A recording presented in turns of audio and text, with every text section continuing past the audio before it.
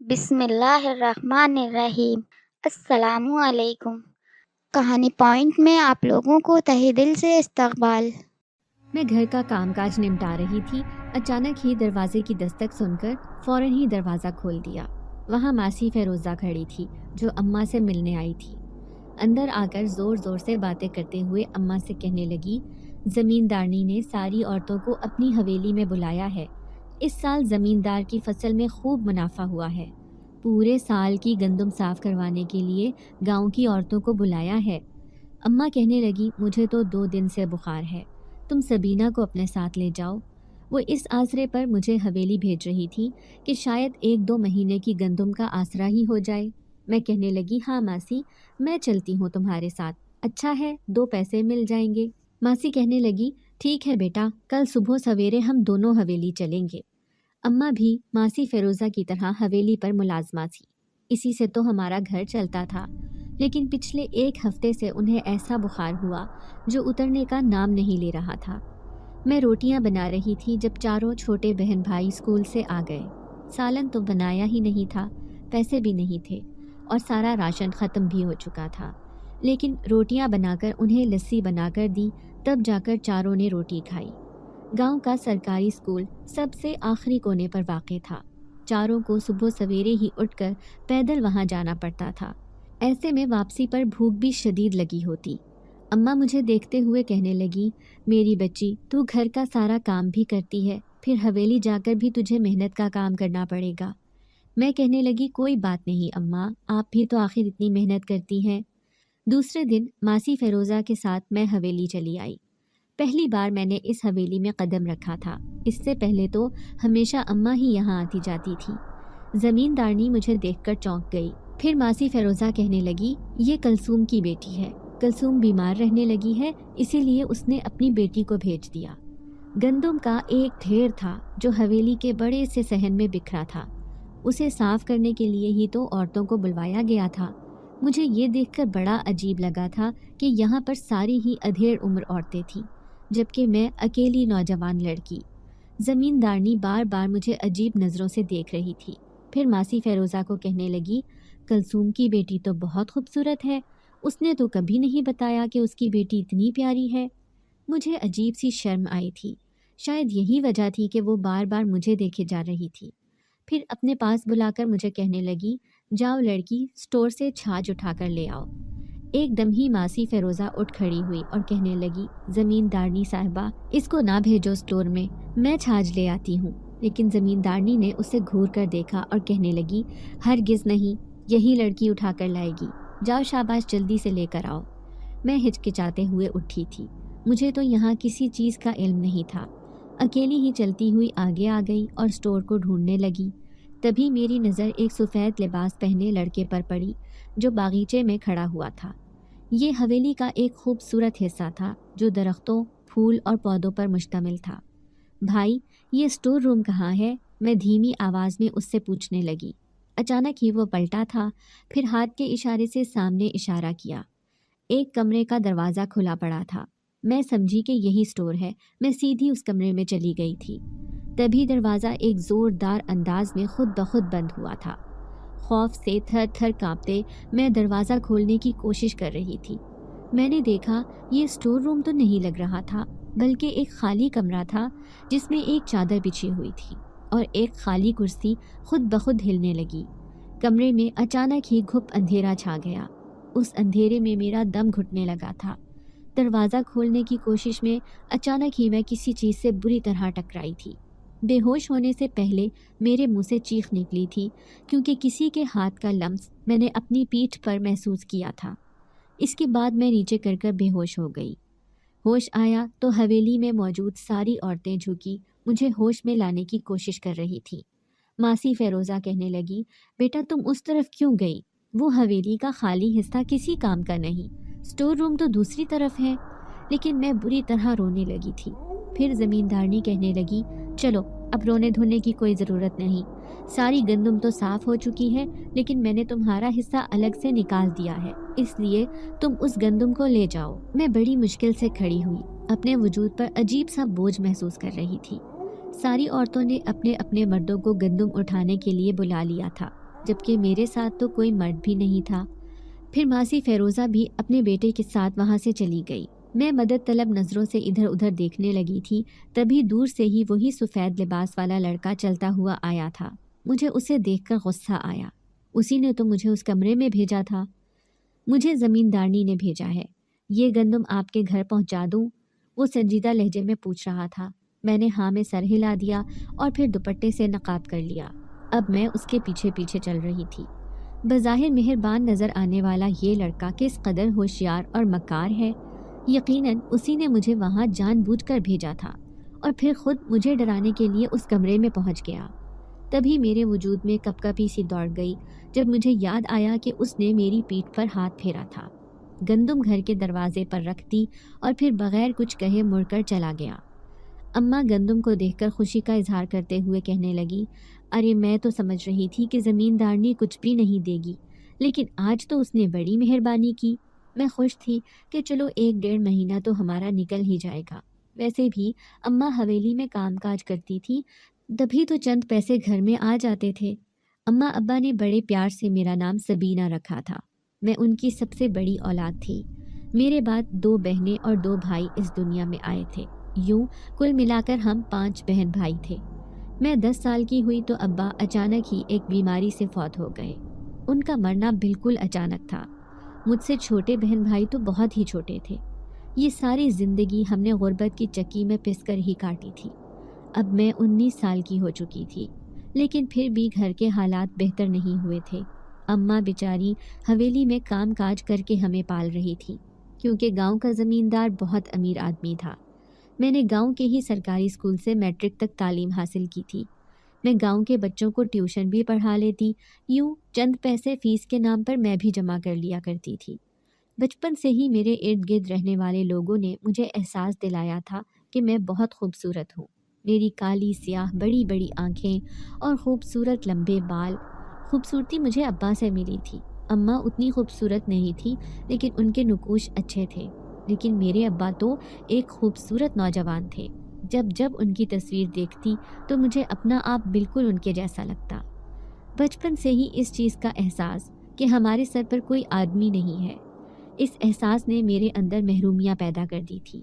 ویسے بھی آج کل کے حالات میں بغیر مرد کے گزارا نہیں تھا۔ اماں کو پہلے بھی ہلکا ہلکا سا بخار ہو جاتا تھا، لیکن گزرتے سالوں میں وہ بہت بیمار رہنے لگی تھی۔ مجھے ان کا احساس تھا۔ پھر دوسرے دن وہ بیماری کی حالت میں کام پر جانے لگی۔ میں نے کہا، اماں آپ رہنے دیں، آپ کی طبیعت ابھی ٹھیک نہیں ہوئی۔ تو وہ اداسی سے کہنے لگی، ارے بیٹا، کام کاج نہیں کروں گی تو پیسے کہاں سے آئیں گے؟ تم لوگوں کو کیسے پالوں گی؟ تبھی میں نے ان کا ہاتھ تھاما اور کہنے لگی، اماں آج سے آپ گھر پر رہیں گی، آپ کی جگہ میں کام کرنے حویلی جاؤں گی۔ اماں میری شکل دیکھتے ہوئے حیران ہو گئی، لیکن میں نے فیصلہ کر لیا تھا کہ جب تک اماں بالکل صحت مند نہیں ہو جاتی، اماں کی جگہ کام کاج کرنے میں حویلی جاؤں گی۔ پھر اس دن ماسی فیروزہ کے ساتھ میں بھی حویلی چلی آئی تھی۔ میں نے زمیندارنی کو کہا کہ اماں کی جگہ میں کام کروں گی، تو وہ خوش ہو گئی، کہنے لگی، اچھا ہے، ایک بھی حویلی میں جوان ملازمہ نہیں، تم کام کرنے میں بھی اچھی ہو۔ پھر اس نے مجھے صفائی ستھرائی کی ذمہ داری دے دی۔ میں اکثر اوپری منزل کے کمرے کی کھڑکی سے اس طرف دیکھتی جس کمرے میں جا کر میں بے ہوش ہو گئی تھی۔ وہ جگہ ہر وقت سنسان اور ویران کیوں پڑی رہتی تھی۔ پھر ایک دن شام کو زمیندارنی کے کمرے کی صفائی کر رہی تھی، جب میں نے اسی سفید لباس والے نوجوان کو اس کمرے سے نکلتے ہوئے دیکھا۔ مجھے اسے دیکھ کر غصہ آیا تھا۔ یقیناً اس دن یہی تھا جس نے دروازہ بند کر کے زبردستی مجھے اندر بند کر دیا تھا۔ وہ نوجوان تھا بہت خوبصورت، ہر وقت خاموش دکھائی دیتا، بس اپنے کام سے کام رکھتا۔ ایک دن ماسی کے ساتھ واپس آتے ہوئے میں نے اس سے پوچھا کہ ماسی، حویلی کا وہ حصہ اتنا اجاڑ کیوں ہے؟ عجیب سی وحشت ٹپکتی ہے وہاں سے۔ تو ماسی فیروزہ رازداری سے کہنے لگی، ارے تم بھولے سے بھی اس طرف نہ چلی جانا، تم نہیں جانتی، حویلی کا کوئی بھی ملازم وہاں نہیں جاتا، وہ جگہ آسیب زدہ ہے۔ میں ان کی بات سن کر حیران رہ گئی، پھر کہنے لگی، ماسی لیکن میں نے تو اکثر وہاں سے ایک نوجوان کو آتے جاتے دیکھا ہے، وہ تو وہیں پر اسی کمرے میں رہتا ہے۔ اب ماسی آنکھیں پھاڑے حیرت سے مجھے دیکھ رہی تھی، پھر کہنے لگی، تجھے کوئی غلط فہمی ہوئی ہوگی، وہ کمرہ تو سالوں سے خالی پڑا ہے، اس کمرے کی بھی عجیب کہانی ہے، تم سنو گی تو ڈر جاؤ گی، دوبارہ حویلی میں جانے کا نام بھی نہیں لوگی۔ وہ مجھے ڈراتے ہوئے کہنے لگی۔ میں بھی خاموش ہو گئی، کیونکہ ایسی باتوں سے مجھے بہت ڈر لگتا تھا، خاص طور پر جن بھوتوں کے ذکر سے، اور ویسے بھی اب شام ہو رہی تھی۔ اب اماں کی جگہ پر میں نے حویلی کا سارا کام سنبھال لیا تھا۔ ایک دن ماسی میرے ساتھ کام پر نہ گئی، میں اکیلی ہی چلی آئی۔ اس دن موسم بھی خراب ہو رہا تھا۔ چھٹی کے بعد اکیلی حویلی سے گھر کی طرف آ رہی تھی جب راستے میں ہی بارش شروع ہو گئی۔ بارش اتنی تیز تھی کہ چلنا دشوار ہو گیا۔ میں گھبرا کر ایک درخت کے نیچے کھڑی ہو گئی۔ شاید میں نے حویلی سے نکل کر ہی غلطی کی تھی۔ ابھی میں پریشانی سے برستی بارش کو دیکھ ہی رہی تھی جب مجھے اپنے پیچھے ایک آواز سنائی دی۔ میں نے پلٹ کر دیکھا، یہ وہی خوبصورت نوجوان تھا جو مجھے بارش میں بھیگتے ہوئے دیکھے جا رہا تھا۔ پھر کہنے لگا، جب تک بارش نہیں رک جاتی آپ کسی گھر میں چھت تلے کھڑی ہو جائیں، ورنہ پوری بھیگ جائیں گی۔ وہ سامنے والے گھر کی طرف اشارہ کر رہا تھا جو کھیتوں کے بیچوں بیچ بنا ہوا تھا۔ وہ ٹھیک کہہ رہا تھا، اگر ایسی حالت میں گھر تک جاؤں گی تو یقیناً بیمار ہو کر بستر سے جا لگوں گی۔ تبھی اس کی بات مانتے ہوئے میں اسی گھر میں آ گئی جو ایک کمرے پر مشتمل تھا، لیکن اس کی چھت تھی، دروازہ نہیں۔ اب وہ میرے برابر میں ہی آ کر کھڑا ہو گیا تھا، بار بار پراسرار نظروں سے مڑ کر مجھے دیکھتا۔ عجیب وحشت زدہ سا ماحول تھا۔ میں اس سے پیچھا بھی چھڑوانا چاہتی تھی، لیکن دل سے یہ بھی چاہتی تھی کہ میں اکیلی یہاں پر کھڑی نہ رہوں، کیونکہ مجھے بہت خوف محسوس ہو رہا تھا۔ پھر اس سے بات کرنے کی خاطر کہنے لگی، تم حویلی کے ملازم ہو؟ اکثر میں نے تمہیں وہاں پر دیکھا ہے۔ اس نے سر جھکا لیا، پھر کہنے لگا، ہاں میں وہیں پر رہتا ہوں، میرے ماں باپ نہیں، زمیندار کے گھر میں ہی میں بچپن سے رہ رہا ہوں۔ اس کی آواز بھی اسی کی طرح بہت خوبصورت تھی۔ اپنی سیاہ آنکھوں سے کھڑا وہ مجھے دیکھتا رہا۔ میں نظر جھکا کر کھڑی رہی۔ جب تک بارش نہیں رکی وہ میرے ساتھ ہی وہاں موجود رہا۔ پھر کہنے لگا، اب بارش رک گئی ہے، آپ گھر چلی جائیں۔ میں اس کا شکریہ ادا کرنا چاہتی تھی، لیکن وہ پلٹ کر جا چکا تھا۔ آج پہلی دفعہ میرے دل میں اس کے لیے عجیب سا احساس پیدا ہوا تھا۔ دل چاہتا تھا کہ ماسی سے پوچھوں کہ یہ لڑکا کون ہے، اس کا نام کیا ہے، اور یہ اتنا خاموش کیوں رہتا ہے، لیکن ہمت ہی نہ کر پاتی کہ کہیں ماسی میرے بارے میں کچھ غلط نہ سوچے۔ لیکن اکثر ہی حویلی کی صفائی کرتے ہوئے کھڑکیوں سے وہ مجھے اسی طرف دکھائی دیتا۔ اس کی سیاہ آنکھیں ہر وقت مجھے دیکھتی رہتی تھی۔ مجھے ایسے لگتا جیسے یہ بھی مجھے من ہی من میں پسند کرتا ہے۔ نہ جانے کیوں مجھے وہ دھیرے دھیرے اچھا لگنے لگا تھا۔ پہلی بار زندگی میں کسی مرد کا تصور میرے ذہن میں آیا تھا۔ ایک دن میں مالکن کے کمرے کی صفائی کر رہی تھی جب مجھے ایک البم ملا تھا۔ میں اس البم کو کھول کر دیکھنے لگی۔ وہ زمیندار اور اس کی بیوی کی تصویریں تھیں۔ پھر اس کی بیٹی کی تصویر دکھائی دی جو بہت خوبصورت تھی۔ جیسے ہی اگلی تصویر میں نے دیکھی تو حیران رہ گئی۔ یہ تو اسی لڑکے کی تصویر تھی جو اکثر مجھے اس طرف کھڑا ہوا نظر آتا تھا۔ ہر تصویر میں ہنستا مسکراتا یہ لڑکا بہت اچھا لگ رہا تھا۔ میں دلچسپی سے اسے دیکھے گئی۔ زمیندارنی کب کمرے میں آ کر میرے سر پر کھڑی ہو گئی مجھے پتہ ہی نہ چلا۔ انہیں یوں کھڑا دیکھ کر میں بری طرح سے شرمندہ ہوئی، لیکن حیران رہ گئی جب میں نے ان کی آنکھوں میں آنسو دیکھے۔ میں ان سے کہنے لگی، معاف کرنا مالکن، غلطی سے یہ البم میں نے اٹھا لیا، لیکن ان کی آنکھوں میں آنسو تھے۔ پھر وہ آنسو صاف کرتے ہوئے کہنے لگی، کوئی بات نہیں، بس اب تو اس کی یادیں ہی رہ گئی ہیں، میں بھی انہی تصویروں کو دیکھ کر دل بہلا لیتی ہوں۔ میں جھجکتے ہوئے کہنے لگی، آپ کس کی بات کر رہی ہیں بیگم صاحبہ؟ تبھی اس نے ایک تصویر کھول کر اسی نوجوان کے اوپر انگلی رکھی اور کہنے لگی، میں اس کی بات کر رہی ہوں، یہ میرا بیٹا ہے آذر جو اب اس دنیا میں نہیں۔ میرے پیروں تلے سے زمین نکل گئی تھی۔ میں کہنے لگی، مالکن آپ یہ کیسی باتیں کر رہی ہیں؟ یہ نوجوان تو زندہ ہے، اسے میں نے اپنی آنکھوں سے دیکھا ہے۔ انہوں نے چونک کر مجھے دیکھا تھا، پھر کہنے لگی، کیا وہ تمہارے سامنے بھی آیا ہے میرے بیٹے کے روپ میں؟ جی، میں نے اکثر ہی اسے اس طرف چلتے پھرتے اپنی آنکھوں سے دیکھا ہے۔ یہ آپ کا بیٹا زندہ ہے۔ تبھی انہوں نے آنسو صاف کیے، پھر اداسی سے کہنے لگی، پہلے مجھے بھی یہی لگتا تھا کہ میرا بیٹا زندہ ہے، لیکن اسے سمجھنے میں مجھے کئی سال لگے۔ تمہیں معلوم ہے میرا بیٹا 5 سال پہلے ہی ایک حادثے میں فوت ہو گیا تھا۔ وہ روتے ہوئے مجھے بتانے لگی۔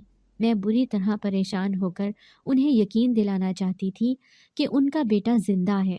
میں نے اکثر سفید لباس والے اس نوجوان کو اسی طرف گھومتے پھرتے دیکھا ہے جہاں پر سارے حویلی کے ملازموں کا جانا منع ہے، لیکن مالکن تو بڑی عجیب و غریب داستان سنا رہی تھی۔ پھر میں نے فیصلہ کیا کہ ماسی فیروزہ سے پوچھوں گی کہ آخر اصل معاملہ کیا ہے۔ پھر اسی شام ان کے ساتھ گھر واپس آتے ہوئے میں نے راستے میں ہی ان سے یہ بات پوچھ لی کہ کیا زمیندار کا بیٹا ایک حادثے میں مر گیا تھا؟ وہ افسوس سے کہنے لگی، ہاں بیٹا، بس کیا بتاؤں، جوان اولاد کا صدمہ کیسا ہوتا ہے، دونوں میاں بیوی وقت سے پہلے بوڑھے ہو گئے۔ وہ لڑکا تھا بھی بہت خوبصورت، اس کی یاد میں ہی تو مالکن کی یہ حالت ہوئی ہے۔ اب تو میں بری طرح پریشان ہو گئی تھی۔ پھر میں ماسی فیروزہ سے کہنے لگی، لیکن ماسی، میں نے اپنی آنکھوں سے اس لڑکے کو دیکھا ہے، نہ صرف شام کے وقت بلکہ دن میں بھی یہ مجھے وہیں اسی کمرے کی طرف آتا جاتا دکھائی دیتا ہے۔ 2-3 دفعہ تو یہ میرے پیچھے بھی آیا ہے۔ اب ماسی اچھل کر دور ہٹی تھی، پھر کہنے لگی، پاگل تو نہیں ہو گئی؟ یہ کیسی عجیب و غریب باتیں کر رہی ہو تم؟ یہ باتیں کسی کے سامنے نہ کرنا، ورنہ بہت بڑی مشکل میں پھنس جاؤ گی۔ اب یہ کہانی میری سمجھ سے باہر تھی۔ میں سر پکڑے بیٹھی تھی۔ نہ تو ماسی فیروزہ نے مجھے کچھ بتایا اور نہ ہی حویلی کی مالکن نے۔ پھر اس شام کام کرتے کرتے مجھے بہت دیر ہو گئی تھی۔ ماسی فیروزہ تو کب کی گھر چلی گئی۔ میں اکیلی ہی مالکن سے اجازت مانگنے لگی کہ اب مجھے بھی گھر جانے دو، رات بہت ہو گئی ہے۔ تبھی اس نے بڑی سی تھالی میں مجھے کھانا تھمایا تھا۔ کہنے لگی، میں جانتی ہوں تمہارے گھر کے حالات بہت خراب ہیں، اس لیے آج کے بعد حویلی کا بچا ہوا کھانا تم لے کر جانا۔ ان کی بات سن کر میں بے تحاشا خوش ہوئی۔ پھر تھالی اچھی طرح سے سنبھال کر میں نے ان کا شکریہ ادا کیا اور تیز تیز قدموں سے گھر کی طرف آنے لگی۔ لیکن جیسے ہی اس سنسان گلی میں آئی، مجھے اپنے پیچھے بھاری قدموں کی آواز آئی تھی۔ میں پلٹی تو خوف سے رونگٹے کھڑے ہو گئے۔ وہی سفید لباس والا نوجوان میرے پیچھے پیچھے آ رہا تھا، اپنی خالی آنکھوں سے دیکھتے ہوئے۔ میں گھبرا کر کہنے لگی، تم میرے پیچھے کیوں آ رہے ہو؟ مجھے اکیلے آنے جانے کی عادت ہے۔ تبھی وہ سرد لہجے میں کہنے لگا، لیکن میں تمہیں اکیلا جاتا ہوا نہیں دیکھ سکتا، اسی لیے تمہاری حفاظت کے خیال سے تمہارے ساتھ آتا ہوں۔ میں جھلا کر کہنے لگی، لیکن تم کیسے انسان ہو؟ تمہاری موجودگی کی حویلی میں کسی کو بھی خبر نہیں ہے۔ میں تمہارے بارے میں جس سے بھی بات کرتی ہوں وہ مجھے خاموش رہنے کا کہتا ہے۔ کیا تم مالکن کے بیٹے نہیں؟ کیونکہ آج میں نے تمہاری تصویریں دیکھی تھی۔ وہ چند لمحے مجھے دیکھتا رہا، پھر کہنے لگا، نہیں، میں اس کا بیٹا نہیں بلکہ اس کا ہم شکل ہوں۔ سوائے اس زمیندارنی کے کوئی نہیں جانتا کہ میں اس حویلی میں رہتا ہوں۔ عجیب پہیلی نما کہانی تھی جو سلجھنے میں ہی نہیں آ رہی تھی۔ کبھی ماسی فیروزہ کی باتیں سن کر مجھے حیرت ہوتی تو کبھی مالکن کی، اوپر سے یہ عجیب و غریب لڑکا جو ہر وقت میرے پیچھے آتا رہتا تھا۔ پہلے تو میں بھی اس سے متاثر ہو گئی تھی اور ایسے لگتا ابھی بھی کہیں نہ کہیں میں دل ہی دل میں اسے پسند کرتی ہوں۔ لیکن آخر تم اس حویلی میں کس رشتے سے رہ رہے ہو؟ تم کون ہو؟ میں اس کی آنکھوں میں آنکھیں ڈالے سوال کر رہی تھی۔ وہ کہنے لگا، میں نے کبھی کسی لڑکی کو پسند نہیں کیا، تمہیں دیکھا تو تمہاری خوبصورت آنکھوں میں کھو کر اپنا دل دے بیٹھا، جبھی تو ہر روز تمہارے پیچھے آتا ہوں۔ اس کی بات نے مجھے پریشان کر دیا تھا۔ میں سوچ بھی نہیں سکتی تھی کہ جس طرح میں اس کے بارے میں سوچتی ہوں اسی طرح وہ بھی میرے پیچھے اسی وجہ سے آتا ہے۔ وہ ہمیشہ کی طرح مجھے گھر تک چھوڑ کر چلا گیا تھا۔ آج میں خوشی خوشی گھر آئی تھی۔ پھر اماں کو کہنے لگی، زمیندارنی مجھ سے بہت خوش ہے، اس نے کہا ہے کہ اب حویلی کا جتنا بھی کھانا بچا کرے گا مجھے دے دیا کرے گی۔ اماں نے بھی اس بات پر خوشی کا اظہار کیا، کہنے لگی، ہمارے حالات تو پہلے بھی اچھے نہیں، اچھا ہے زمیندارنی مہربان ہو گئی تو ہو سکتا ہے کہ ہمارے دن رات بدل جائیں۔ اب تو جب بھی میں حویلی میں جاتی زمیندارنی بیٹھ کر مجھ سے پوچھتی کہ تمہیں یہ میرا بیٹا کہاں نظر آتا ہے۔ میں جانتی ہوں کہ اس کا ایک ہم شکل کسی حویلی میں رہتا ہے، لیکن ہم نے اسے سب سے الگ کر رکھا ہے۔ تم یہ راز کی بات کسی کو نہ بتانا۔ میں بھی اس کی ہاں میں ہاں ملا دیتی اور کہتی کہ جس دن پہلی دفعہ آپ نے مجھے اسٹور روم میں بھیجا تھا اسی دن وہ مجھے نظر آیا تھا۔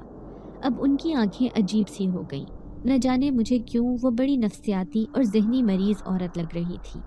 شاید جوان اولاد کو کھو دینے کا صدمہ ایسا ہی ہوتا ہے۔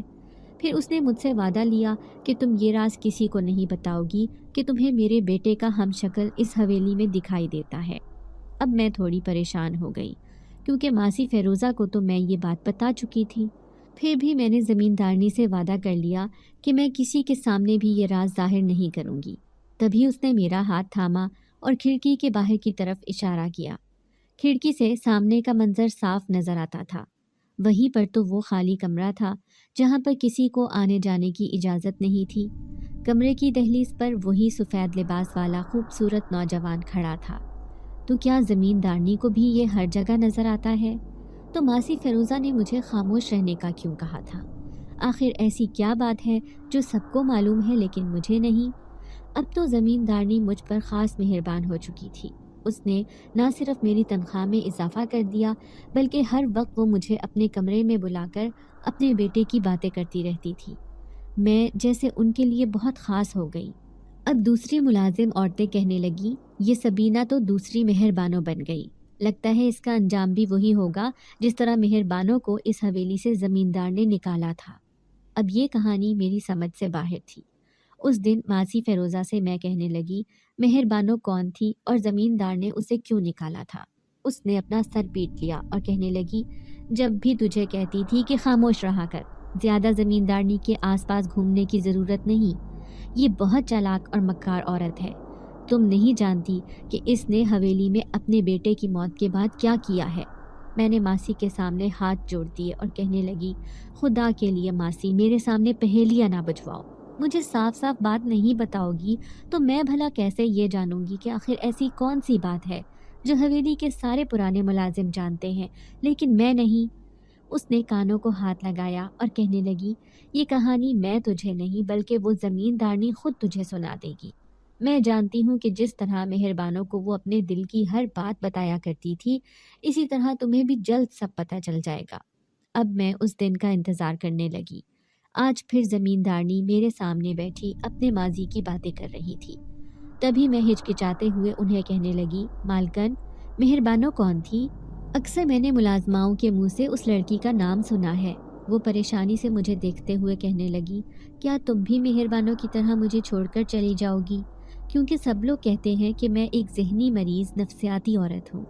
مجھے سب کے اندر اپنا بیٹا دکھائی دیتا ہے، وہ بیٹا جو مجھ سے جدا ہو گیا۔ میں نے دیکھا ان کی آنکھوں میں آنسو تھے۔ پھر میں بڑے پیار سے کہنے لگی، مالکن، مجھے آپ اپنی سہیلی سمجھ کر ساری بات بتا دیں جو آپ کے دل میں ہے۔ اس نے اپنی آنکھوں سے آنسو صاف کیے، پھر کہنے لگی، میں بہت دور ایک گاؤں سے بیاہ کر اس حویلی میں آئی تھی۔ میرے باپ کے پاس دولت جائیداد کی کوئی کمی نہیں تھی۔ پھر دیکھتے دیکھتے خدا نے مجھے 2 پیارے سے بچوں سے نواز دیا۔ میرا سب سے بڑا بیٹا آذر اور چھوٹی بیٹی نائلہ، دونوں کو ہی بڑے لاڈ پیار سے جوان کیا تھا۔ بیٹی کی شادی کر دی لیکن بیٹا پڑھنے کے لیے دوسرے ملک بھیج دیا۔ جیسے ہی تعلیم مکمل کر کے آیا تو اس کا ارادہ تھا کہ اپنے گاؤں میں باپ کے ساتھ مل کر زمینوں کی دیکھ بھال کرے گا، لیکن خدا کو کچھ اور ہی منظور ہوا۔ جب راستے میں اس کا ایکسیڈنٹ ہو گیا، یوں خون زیادہ بہہ جانے کی وجہ سے اس کی موقع پر ہی موت ہو گئی۔ لیکن ہم دونوں میاں بیوی کے لیے جوان اولاد کا صدمہ بہت بڑا تھا۔ میں تو جیسے پاگل ہونے کو تھی۔ چودھری صاحب نے تو جیسے خود کو سنبھال لیا تھا، لیکن میں اپنے آپ کو کیسے سنبھال پاتی؟ ہر وقت میری نظریں اپنے بیٹے کو تلاش کرتی رہتی تھی۔ پھر کچھ عجیب سا ہونے لگا جب مجھے اپنے بیٹے کا عکس ہر جگہ دکھائی دیتا۔ میں اکثر راتوں کو اسے اپنے بستر پر بیٹھا ہوا محسوس کرتی، تو کبھی وہ مجھے حویلی کے باغیچے میں کھڑا ہوا دکھائی دیتا۔ سب کہنے لگے کہ میں پاگل ہو گئی ہوں۔ بیٹے کی موت کے صدمے نے مجھے ہوش و حواس سے بیگانہ کر دیا ہے، لیکن میں ہرگز پاگل نہ ہوئی تھی۔ کوئی تھا جو مجھے اپنے بیٹے کے عکس میں نظر آ رہا تھا۔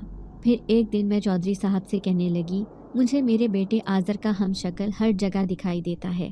میرا بیٹا واپس آ گیا ہے۔ اسے میری ذہنی حالت پر شک ہوا تھا۔ پھر شہر سے بڑا ڈاکٹر آیا میرا چیک اپ کرنے کے لیے۔ میرا دماغ بالکل ٹھیک تھا۔ بیٹے کا صدمہ اپنی جگہ، لیکن مجھے اپنے بیٹے کا ہر جگہ دکھائی دینا ایسے ہی نہیں تھا۔ اب میں خوش رہنے لگی تھی۔ اکثر باغیچے میں بیٹھی رہتی، پوری رات گزر جاتی، میں سامنے کھڑے اپنے بیٹے کے عکس سے باتیں کرتی رہتی تھی۔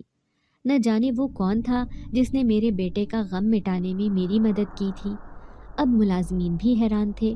اکثر عورتیں مجھے پاگل کہتی تھی، لیکن میں پاگل نہیں تھی۔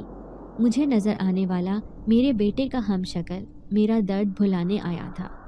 پھر حالات جب زیادہ ہی ہاتھ سے نکل گئے تو میرے شوہر نے ایک مولوی کو بلایا۔ مولوی نے اس پوری حویلی پر دم کیا، پھر کہنے لگا، یہ ایک نیک جنزاد ہے جو آپ کے بیٹے کی شکل میں آپ کی بیوی کو دکھائی دیتا ہے۔ نہ جانے وہ کیوں ایسا کر رہا ہے، لیکن یہ سب کچھ بڑا عجیب ہے کہ وہ آپ کے بیٹے کی موت کے بعد سے اس حویلی میں موجود ہے۔ وہ صرف آپ کی بیوی کو ہی دکھائی دیتا ہے۔ لیکن چودھری صاحب، جو ہو رہا ہے بہت اچھا ہے، اسے کبھی کسی کے سامنے ظاہر نہ کیجیے۔ اگر آپ کی بیوی کو اس صدمے سے نکلنے میں مدد مل رہی ہے تو یہ بہت اچھا ہے۔ وہ ہر وقت اپنے بیٹے کے بارے میں سوچتی رہتی تھی۔ شاید اس پر اسی نیک جنزاد کو ترس آ گیا، تبھی تو ایک ماں کا دکھ سمجھنے کے لیے اس نے خود کو آپ کے بیٹے کی شکل میں اس کے سامنے ظاہر کیا ہے۔ سب حیرت سے ششدر رہ گئے تھے، لیکن یہ بات چودھری صاحب اور صرف مجھے ہی معلوم تھی۔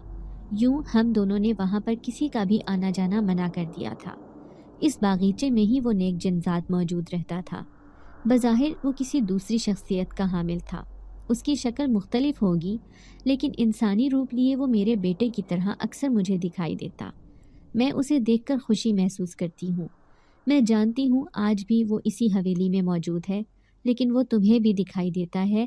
یہ بات سن کر مجھے بہت حیرانی ہوئی۔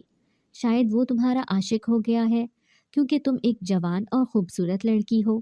اس لیے میں تمہارے سامنے ہاتھ جوڑ کر کہتی ہوں کہ یہ راز کسی کو نہ بتانا، جو کئی سالوں سے بات چھپ رہی ہے۔ اگر وہ کسی کے سامنے آ گئی تو سب میرا مذاق اڑائیں گے۔ ایسا نہ ہو کہ میرے بیٹے کا ہم شکل وہ جنزاد اس حویلی سے چلا جائے۔ وہ میرے سامنے ہاتھ جوڑ کر رو رہی تھی، جبکہ میں ان کی اس عجیب و غریب کہانی پر حیران تھی۔ مجھے یقین نہیں آ رہا تھا کہ ہر وقت مجھے دکھائی دینے والا وہ نوجوان ایک جنزاد ہوگا۔ اب مجھے زمیندارنی سے بھی عجیب سا خوف محسوس ہوا۔ یہ عورت اس قدر ذہنی پریشانی اور نفسیاتی مسائل کا شکار ہوگی، یہ میں نے سوچا بھی نہیں تھا۔ لیکن اس کے بیٹے کا ہم شکل وہ جنزاد آخر میرے سامنے کیوں آیا تھا، یہ جان کر میرے پورے وجود میں سنسنی دوڑ گئی تھی۔ اس کے پیچھے اس قدر خوفناک کہانی ہوگی، یہ تو میں نے سوچا بھی نہیں تھا۔ لیکن میں نے زمیندارنی سے وعدہ کیا کہ میں اس جنزاد کا سچ کسی کے سامنے ظاہر نہیں کروں گی۔ اب بھی پہلے کی طرح وہ مجھے ہر جگہ دکھائی دیتا تھا، لیکن اب میں اسے دیکھنا نہیں چاہتی تھی۔ جب بھی کبھی زمیندارنی کے کمرے کی صفائی کرتی، دور کھڑا کھڑکی کے اس پار وہ میری طرف دیکھتا ہوا مسکراتا رہتا۔ لیکن میں یہ جان کر خوفزدہ تھی کہ ایک جنزاد مجھ پر عاشق ہو گیا ہے، کیونکہ میں نے سنا تھا کہ جنزاد کسی لڑکی پر عاشق ہو جائے تو ساری زندگی اس کا پیچھا نہیں چھوڑتے۔ نہیں، میں اپنی زندگی ایک جنزاد کے پیچھے خراب نہیں کروں گی۔ اب اگر وہ میرے پیچھے آیا تو میں کسی مولوی کی مدد لوں گی تاکہ میرا اس سے پیچھا چھوٹ جائے۔ میں فیصلہ کر چکی تھی۔ پھر اس دن شام کے وقت مغرب کا اندھیرا پھیلنے کو تھا۔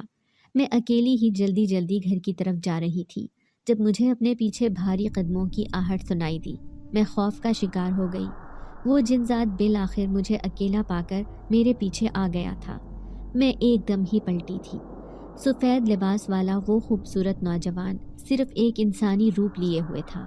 حقیقت میں اس کا وجود کس قدر خوفناک ہوگا، یہ سوچ کر میں دہل گئی تھی۔ پھر وہ مجھے دیکھتا ہوا کہنے لگا، اب پہلے کی طرح تم مجھ سے بات نہیں کرتی، مسکرا کر نہیں دیکھتی۔ جانتی ہو، جب میری پہلی نظر تم پر پڑی تھی تب سے ہی میں تم پر عاشق ہو گیا تھا۔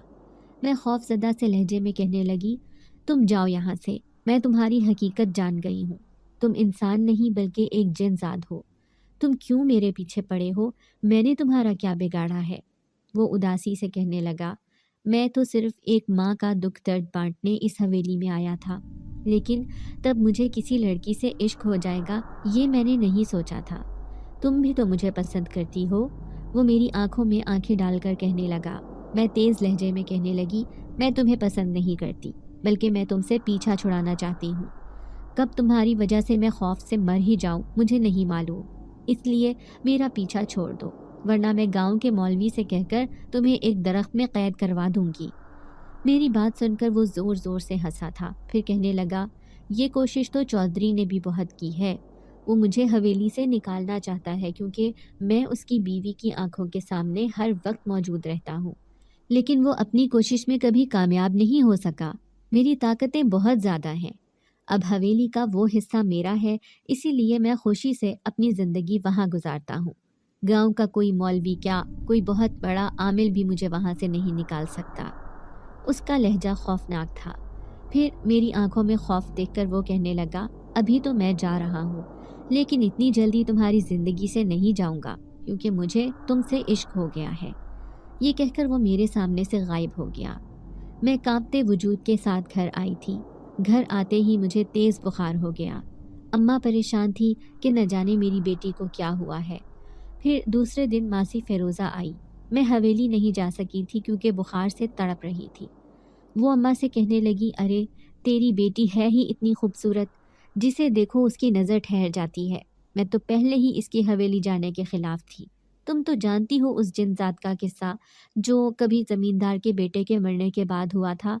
تب سے ہی نوجوان لڑکیوں کا حویلی میں آنا جانا منع کر دیا گیا۔ مہربانوں کو ہی دیکھ لو، بیچاری نوجوان لڑکی کمانے کے لیے حویلی آئی تھی، لیکن کیسے بیمار ہو کر واپس گئی۔ میرے ذہن میں جھماکا ہوا تھا۔ میں زمیندارنی سے مہربانوں کے بارے میں کچھ پوچھ ہی نہیں سکی تھی۔ ہاں، مجھے یہ قصہ بھی جاننا ہے۔ ایک دم ہی چادر اتار کر میں اٹھ کھڑی ہوئی۔ اماں کہنے لگی، لڑکی باولی ہو گئی ہے کیا؟ تیری طبیعت ٹھیک نہیں اور تو حویلی جا رہی ہے؟ میں نے کہا، اماں میرا جانا ضروری ہے، میں آج ہی حویلی جاؤں گی۔ حویلی میں آئی تو مالکن تھی ہی نہیں۔ وہ اپنا چیک اپ کروانے شہر کے بڑے ہسپتال گئی ہوئی تھی۔ میں مایوس سی ہو گئی، اداسی سے سارے گھر کا کام کاج کرتی پھر رہی تھی، جب اچانک ہی ایک کمرے کا دروازہ خود بخود بند ہوا تھا۔ میں اچھل کر کھڑی ہو گئی، پھٹی پھٹی آنکھوں سے دروازے کو دیکھا جس کا لاک خود بخود لگ گیا تھا۔ دھیرے دھیرے دروازہ بجانے کی کوشش کی، لیکن شاید باہر کوئی بھی موجود نہیں تھا۔ مجھے رونا آیا اور میں سمجھ گئی کہ یہ سب اسی جن ذات نے کیا ہے۔ اب دروازہ کوئی بھی نہیں کھولے گا۔ اچانک ہی اس کی بھاری آواز سنائی دی تھی۔ میں پلٹی، میری آنکھوں میں خوف کے سائے لہرائے تھے۔ پھر وہ کہنے لگا، گھبراؤ مت، میں تمہیں کوئی نقصان پہنچانے نہیں آیا، بس تم سے عشق ہو گیا ہے، جبھی تو بار بار تمہارے سامنے آنے پر مجبور ہوتا ہوں۔ بس ایک بار کہہ دو کہ تم بھی مجھ سے محبت کرتی ہو۔ میں یہی تو مر کر بھی نہیں کہہ سکتی تھی۔ جانتی تھی کہ جن ذات زندگی بھر میرا پیچھا نہیں چھوڑے گا۔ میں روتے ہوئے اسے کہنے لگی، مجھے گھر جانا ہے، یہ دروازہ کھولو۔ وہ کہنے لگا، اچھا ٹھیک ہے، یہ دروازہ بھی کھل جائے گا، لیکن مہربانوں کی کہانی تو سنتی جاؤ، جسے جاننے کے لیے آج بخار کی حالت میں بھی تم اس حویلی میں آئی ہو۔ میں بری طرح چونک گئی۔ وہ اداسی سے کہنے لگا، مہربانوں بھی اس حویلی کی نوجوان ملازمہ تھی۔ وہ ایک دوسرے گاؤں سے حویلی میں کام کاج کرنے آئی تھی۔ میں اسے پہلی نظر میں ہی دیکھ کر چونک گیا تھا۔ ایسے لگتا تھا جیسے وہ کسی کی تلاش میں یہاں پر آئی ہے۔ جس طرح تم پہلے دن سے ہی مجھے دیکھ رہی تھی، اسی طرح اس نے بھی مجھے دیکھ لیا تھا۔ اسے میری موجودگی کا احساس پہلے دن سے ہی ہو گیا تھا۔ اس کی آنکھوں میں کسی چیز کی تلاش تھی۔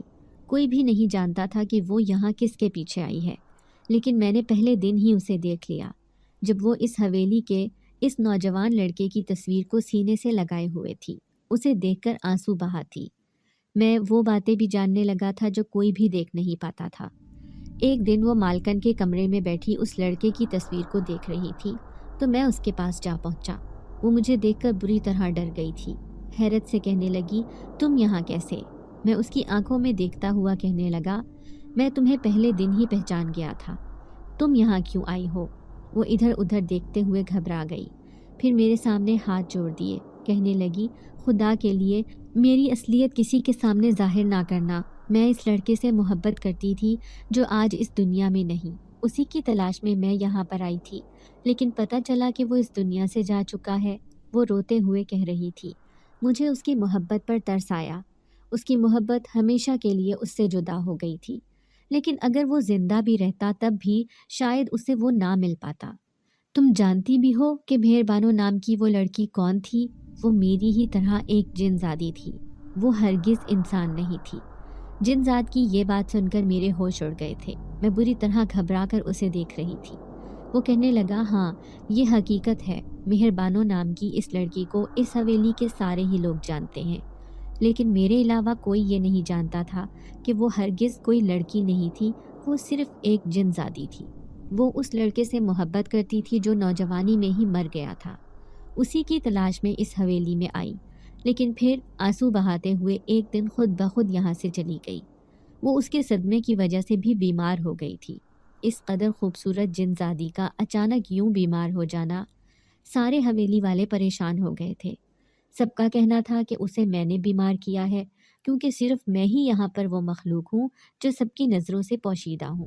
لیکن کوئی بھی یہ نہیں جانتا تھا کہ وہ لڑکی در حقیقت کوئی انسان نہیں بلکہ ایک جن زادی تھی۔ میں نے اس کا پردہ رکھا، کسی کے سامنے یہ ظاہر نہ ہونے دیا کہ وہ جن زادی کس مقصد سے یہاں آئی تھی۔ میں بھی تو ایک ماں کی تکلیف سمجھ کر یہاں آیا تھا۔ میں وہ دن کیسے بھول سکتا ہوں جب میں ایک درخت پر رہتا تھا۔ شروع سے ہی مجھے وہاں رہنے کی عادت تھی۔ اس دن میرے سامنے ہی وہ کار ایکسیڈنٹ ہوا تھا جس میں وہ نوجوان مر گیا، لیکن اس ماں کی تکلیف میں کیسے بھول سکتا تھا۔ وہ بھاگم بھاگ اپنے بیٹے کے پاس آئی تھی، اسے دیکھ کر پاگل ہو گئی۔ مجھے اس ماں پر بہت ترس آیا۔ دھیرے دھیرے وہ دیوانگی کی حدوں کو چھونے لگی۔ اپنے بیٹے کو یاد کر کے عنقریب وہ ذہنی اذیت سے اپنا ذہنی توازن کھو بیٹھتی۔ تبھی میں اس کی مشکل دور کرنے اس کی زندگی میں آیا۔ اس سے مسکرا کر اس کے بیٹے کی طرح باتیں کرتا، اسی کے کپڑے پہنتا، وہ نہایت خوشی محسوس کرتی تھی۔ دھیرے دھیرے لوگ اسے پاگل کہنے لگے تھے، لیکن کوئی نہیں جانتا تھا کہ اس کے بیٹے کے روپ میں اس کی مدد کرنا چاہتا ہوں، اس کا غم بانٹنے آیا ہوں۔ وہ ہر وقت مجھے دیکھ کر خوش ہوتی تھی اور میں اس کی خوشی میں خوش۔ لیکن جب وہ بالکل ٹھیک ہو گئی تب سے اس نے مجھے مجبور کیا کہ میں یہاں پر ہی رہوں۔ یوں اس حویلی میں رہنے کی مجھے عادت ہو گئی، لیکن جب میری نظر تم پر پڑی تو میں تم پر عاشق ہو گیا، تمہارے پیچھے پیچھے آنے لگا۔ میں نہیں جانتا تھا کہ کوئی لڑکی اتنی بھی خوبصورت ہو سکتی ہے۔ اب تم میری محبت ٹھکرا کر مجھے رسوا نہ کرو، اس جن زادے کو اس کی محبت واپس لوٹا دو۔ وہ میرے سامنے ہاتھ جوڑ کر کھڑا تھا۔ میں گھبرا کر اسے کہنے لگی، لیکن وہ جن زادی مہربانو، وہ کس حال میں ہے؟ تو وہ اداسی سے کہنے لگا، آج بھی وہ اس کے عشق میں گرفتار ہے، کیونکہ اگر ہم جن زاد کسی انسان سے عشق کر لیں تو اس کے لیے خود کو مٹا بھی دیتے ہیں اور یا تو اس کو برباد کر دیتے ہیں۔ شاید عشق نام ہی اسی چیز کا ہے۔ میں بری طرح گھبرا گئی تھی۔ گھر آتے ہی بستر سے لگ گئی۔ پہلے ہی بخار نے میرے وجود کو جکڑا ہوا تھا۔ جب سے یہ حقیقت میرے سامنے آئی تھی، اس کے بعد تو ایسے لگتا کہ میں زیادہ دن نہیں جی پاؤں گی۔ پھر اس دن زمیندارنی میرے پاس آئی اور کہنے لگی، میں تمہارا حویلی میں انتظار کر رہی تھی، میں نہیں جانتی تھی کہ تم اس قدر بیمار پڑی ہو۔ میں اماں سے کہنے لگی، آپ اسے کہہ دیں کہ میں اب حویلی میں کام نہیں کر سکوں گی، کیونکہ میرا وجود اب مزید کوئی تکلیف برداشت نہیں کر سکتا۔ میں بالکل نڈھال ہو چکی تھی۔ کہاں گھر کے حالات بدلنے کی خواہش لے کر حویلی گئی تھی، لیکن الٹا خود ہی بیمار ہو کر واپس لوٹی۔ اب میں گھر ہی رہنے لگی۔ اماں بہت پریشان تھی۔ پھر ایک رات میں اکیلی کمرے میں سوئی پڑی تھی جب کوئی میرے سامنے آیا تھا۔ میں اسے دیکھ کر چیخیں مارنے کو تھی، تب اس نے منہ پر ہاتھ رکھ کر مجھے خاموش رہنے کا اشارہ کیا اور کہنے لگا، گھبراؤ مت، میں تمہیں ڈرانے نہیں بلکہ تمہاری مدد کرنے آیا ہوں۔ کوئی ہے جو تمہاری مدد کرنا چاہتا ہے۔ تبھی میرے سامنے کوئی آیا تھا۔ وہ ایک خوبصورت جن زادی تھی۔ میں اسے دیکھ کر حیران رہ گئی۔ پھر وہ جن زاد کہنے لگا، یہی مہربانو جن زادی ہے جو تم سے ملنا چاہتی تھی۔ وہ مسکراتے ہوئے مجھے دیکھ کر کہنے لگی، گھبراؤ مت، یہ جن زاد بہت نیک ہے، اس نے میری بھی بہت مدد کی ہے اور اب میں تمہاری مدد کرنے آئی ہوں، کیونکہ تم ایک بہت اچھی لڑکی ہو۔ میں نے اس جن زاد سے وعدہ لیا ہے کہ اب یہ دوبارہ تمہیں تکلیف نہیں پہنچائے گا۔ تم اپنی زندگی میں اس کے آنے سے بہت پریشان ہو، بہت مایوسی کا شکار، لیکن اب میں اسے واپس اپنے قبیلے میں لے کر جا رہی ہوں، کیونکہ ایسا کرنے کے لیے مجھے اس زمیندارنی نے کہا ہے۔ تبھی مہربانوں نے میرے ہاتھ میں خوبصورت زیورات کی تھیلی رکھی، پھر کہنے لگی، یہ میرے خاص زیورات ہیں، اسے میں تمہیں دینا چاہتی ہوں، کیونکہ تم وہ لڑکی ہو جو میرے بعد زمیندارنی کا خیال رکھتی تھی۔ تمہارا دل بہت نرم اور مہربان ہے، ہمیشہ ہی اپنے دل کو اتنا ہی پاکیزہ رکھنا۔ میں اس کے دیے ہوئے زیورات لینا نہیں چاہتی تھی، لیکن پھر وہ کہنے لگی، کسی کی محبت کا پاس رکھتے ہیں، اس لیے تمہیں میرا دیا ہوا یہ تحفہ لینا ہی پڑے گا۔ وہ جن زادی تو میری سوچ سے بھی زیادہ خوبصورت تھی۔ پھر وہ اس جن زادے کو لے کر ہمیشہ کے لیے میری زندگی سے چلی گئی۔ میں حیران تھی کہ اس قدر عجیب و غریب کہانی میرے ساتھ پیش آئی تھی۔ اب میں کبھی بھی حویلی نہیں جاتی، لیکن کبھی کبھار ماسی فیروزہ مجھے کہتی ہے کہ زمیندارنی تمہیں یاد کر رہی ہے، جاؤ اس سے مل کر آ جاؤ۔ تو میں اس کے سامنے بیٹھتی ہوں تو وہ جی بھر کر اپنے بیٹے کی باتیں مجھ سے کرتی ہے، اپنے دکھ درد بانٹتی ہے۔ پھر ایک دن اس نے انکشاف کیا کہ وہ مہربانوں کی سچائی کے بارے میں بھی جانتی تھی، سوائے اس کے یہاں کوئی بھی نہیں جانتا کہ مہربانوں ایک جن زادی ہے۔ جب مجھے معلوم ہوا کہ تم اس جن ذات کے خوف کی وجہ سے یہاں سے کام چھوڑ چکی ہو، تب سے ہی میں نے اسے کہا کہ وہ دونوں یہاں سے چلے جائیں ہمیشہ کے لیے، کیونکہ اب میں اپنے بیٹے کی یادوں کے ساتھ جینا سیکھ چکی ہوں۔ میں نے ان کا شکریہ ادا کیا اور مسکراتے ہوئے واپس گھر لوٹ آئی۔ اب پہلے سے زیادہ حالات اچھے ہو چکے تھے۔ اماں میرے لیے رشتہ تلاش کر رہی تھی، لیکن میں پہلے اس گھر کے لیے کچھ کرنا چاہتی تھی۔ پھر میں نے اماں کے ساتھ مل کر گھر میں ہی کپڑوں کا کاروبار شروع کر دیا، کیونکہ اس مہربان جنزادی کے دیے ہوئے پیسوں سے میں نے سارا کپڑا خریدا تھا، وہ بھی شہر سے بہت اچھی کوالٹی کا۔ یوں اماں اب گاؤں میں ہی وہ کپڑا لوگوں کو بیچ دیتی، جس سے اچھا خاصا منافع مل جاتا تھا۔ اب میں نے حویلی میں آنا جانا چھوڑ دیا تھا، کیونکہ مجھے ایسے انکشافات سننے کو ملے تھے جس نے مجھے کئی دن کئی سالوں تک حیران پریشان رکھا تھا۔ پھر ایک دن زمیندار کے دوست کی بیوی حویلی آئی تھی۔ اس دن میں بھی اتفاق سے حویلی میں گئی۔ تب اس نے مجھے اپنے بیٹے کے لیے پسند کر لیا۔ میں سوچ بھی نہیں سکتی تھی کہ اتنے اونچے گھرانے سے میرا رشتہ آئے گا۔ یوں اس نے اماں سے میرا رشتہ مانگ لیا اور میں شادی ہو کر شہر آ گئی۔ میرا شوہر ایک پڑھا لکھا اور خوبصورت نوجوان تھا۔ میری سوچ سے بھی زیادہ اچھا اور سمجھدار شوہر مجھے ملا تو میری زندگی بھی بدل گئی۔ آج بھی میں اپنی گزری زندگی کے بارے میں سوچتی ہوں تو بہت حیرت ہوتی ہے۔ پے در پے انوکھے واقعات نے میری زندگی کو عجیب طریقے سے متاثر کیا تھا، لیکن پھر سب کچھ ٹھیک ہو گیا۔ آہستہ آہستہ دل کے زخم بھی بھر ہی جاتے ہیں۔ میں اپنے دل کی بات کیسے بتاتی کہ میں بھی جنزادے کو اپنا دل دے بیٹھی تھی۔ اس سے پیچھا چھڑوانا اتنا آسان تو نہیں تھا، لیکن دل پر پتھر اس کی حقیقت جاننے کے بعد میں نے ہمیشہ کے لیے اس سے پیچھا چھڑا لیا تھا، کیونکہ کہتے ہیں کہ اگر یہ چیز ایک بار پیچھے آ جائے تو زندگی بھر ساتھ نہیں چھوڑتی۔ لیکن مجھے یہ سب سہنا آسان نہیں لگتا تھا، اسی لیے تو میں نے اپنے دل کی یہ بات کسی کو نہیں بتائی تھی۔ آج بھی گاؤں آتے جاتے میری نظر حویلی پر پڑتی ہے، جہاں کی پراسراریت اسی طرح قائم ہے جو کبھی میں یہاں کام کرتے ہوئے محسوس کرتی تھی۔ کبھی کبھار دل چاہتا ہے کہ واپس حویلی کے اندر جا کر 2 گھڑی زمیندارنی کے پاس بیٹھوں، اس کے دکھ درد سنوں۔ آج بھی وہ اپنے بیٹے کی باتیں مجھ سے کر کے خوشی محسوس کرتی ہیں۔ اس کا کہنا ہے کہ وہ مجھے بالکل اپنی بیٹی کی طرح محسوس کرتی ہے۔ امید کرتے ہیں کہ آپ لوگوں کو آج کی ویڈیو پسند آئی ہوگی۔ ویڈیو کو لائک کریں اور روزانہ ایک ایسی ویڈیو سننے کے لیے ہمارے چینل کو سبسکرائب کریں۔ ملتے ہیں اگلی ویڈیو میں۔ اللہ حافظ۔